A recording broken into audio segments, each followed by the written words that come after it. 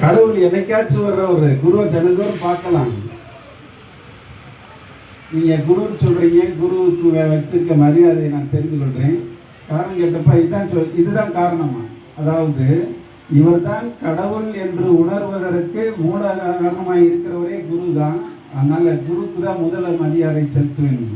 So நீங்கள் மாணவராய் நீங்கள் இந்த காலத்தில் ஒரு ஆசிரியர் என்ற முறையில் எனக்கு தெரியும் மாணவர்கள் எந்த அளவுக்கு ஆசிரியர்களை மதிக்கிறாங்க என்றது.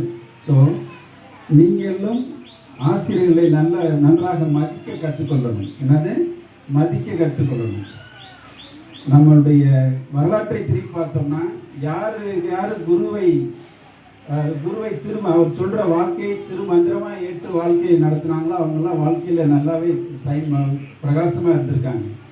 அது ரோம சாம்ராஜ்யத்தில்